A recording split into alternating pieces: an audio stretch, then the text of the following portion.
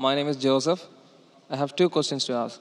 Why all the Muslims men are allowed to marry for 4 women? And the second one is, how can you prove that Jesus was not crucified? Brother, there's two questions. Brother, are you a Christian? I am. Brother, there's two questions.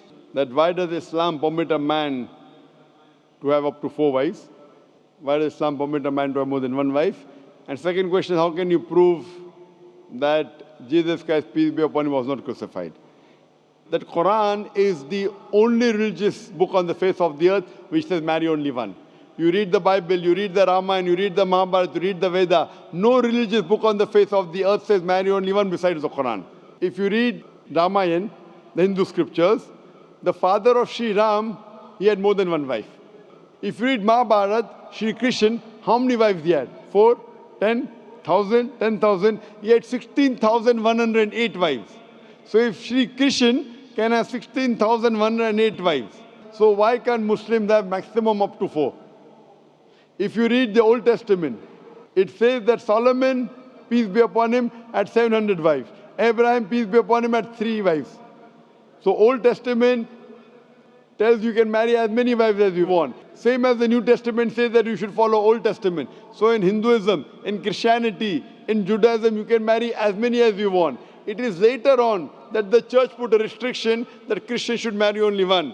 It is later on, Rabbi Ben Shimon Yehuda passed a synod and say that Jews should marry only one.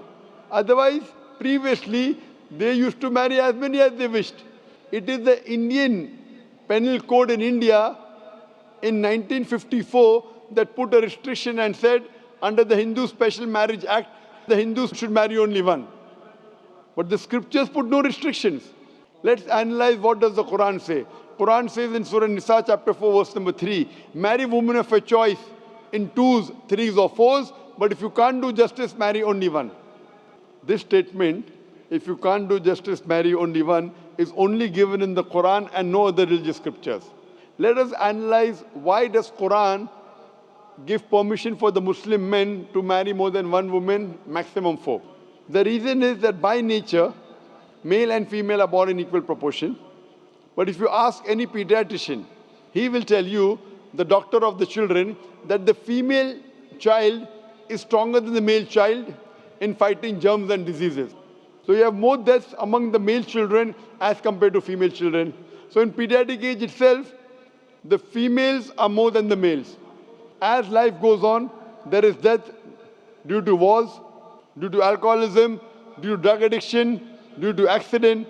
In all these cases, more men are dying as compared to females. So today in the world, there are more females as compared to males. In few countries, like India and China, the female population is less than the male population because of female feticide and female infanticide.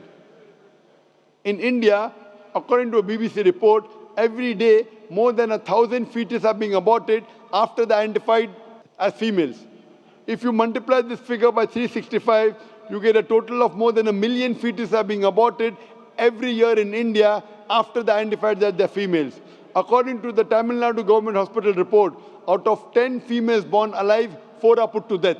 If you stop this evil practice of female feticide and female infanticide in India, even in India, the female population will become more than the male population. Even in China, if you stop this evil practice, the female population will become more than the male population. Today, if you analyze, in USA alone, there are 4.7 million females more than males. In UK alone, there are 1.2 million females more than males. In Germany alone, there are 1.6 million females more than males. In Russia alone, there are 10.6 million females more than males. And God alone knows that how many females are more than males throughout the world. If I agree with you that one man should only marry one woman, and suppose your sister happens to live in America, or suppose my sister happens to live in USA, and the market is saturated, every man has found a wife for himself, yet there will be 4.7 million females who will not find life partner. And if your sister happens to be one of them, or if my sister happens to be one of the 4.7 million females who have not found a life partner for themselves, the only option for them is that she either marries a man who already has a wife, or becomes public property? Public property, such a harsh word. It is the most sophisticated word I can use. I cannot use a better word. You know, in America, today the statistics tell us, on average, a man has 8 different sexual partners before he settles down with one. Having mistresses in USA is very common. 5, 10, 20, 30, no problem. Having more than one legal wife, it doesn't go down their throat. When a woman is a mistress, she doesn't get her rights. She is dishonored. She is not treated well. In Islam, when a woman becomes the second wife, she gets her honor, she gets her right, she's treated well. Any modest woman, if you ask her, that would you prefer being a second wife of a man who's already married or become public property, they would opt for the first. So Islam has given permission for some men to have more than one wife to protect the modesty of the woman. Coming to your second question. Is it allowed for ladies to marry 4 men? Brother, you're asking counter question, the time is limited. You asked 2 questions, now you're asking a 3rd question. Are you convinced with the first answer? I'm convinced with the first one. MashaAllah, so you're convinced, okay. The brother asked that, is a woman allowed to have more than one husband? If you do that, this problem will be exaggerated more. I mean in Muslims, in Muslims. As it is, women are more than men. If women marry more than one husband, the problem will be exaggerated. Point number 1. Point number 2, if a man has more than one wife and if the child is born, you can easily identify who is the father, who is the mother. If a woman has more than one husband and if the child is born... But DNA is still allowed. Brother, let me finish the answer, na? You asked the question, was I interfering? Was I interrupting? Yes or no? No. No. So why are you interrupting? After I finish, you can ask, na? I'm a medical doctor. Are you a medical doctor? No. I'm a medical doctor. I know about DNA testing. I'll come to it. Once, if a woman has more than one husband, 2 husbands, and if a child is born, and if he goes to admit in the school, and if the question, who's your father, she'll have to give 2 names.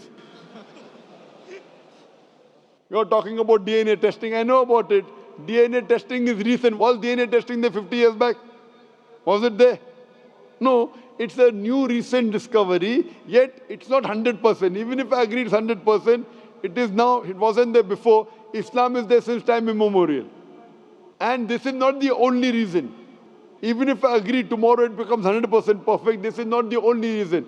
Today science tells us that man is more polygamous in nature as compared to the female. Today science tells us that during menstrual cycle, the female undergoes certain psychological changes. It's not possible for her to do the role of multiple wives. But a man doesn't undergo these changes. It's possible for him to do a role of multiple husbands. Today science tells us that if a man has multiple sexual partners and all are faithful, there is no problem. But if a female has multiple sexual partners and all are faithful, there are chances of sexually transmitted diseases to emerge. And that disease will go back to the male partner. So medically, it is not acceptable that a female has multiple partners, but medically and scientifically, it's acceptable that a male can have multiple partners.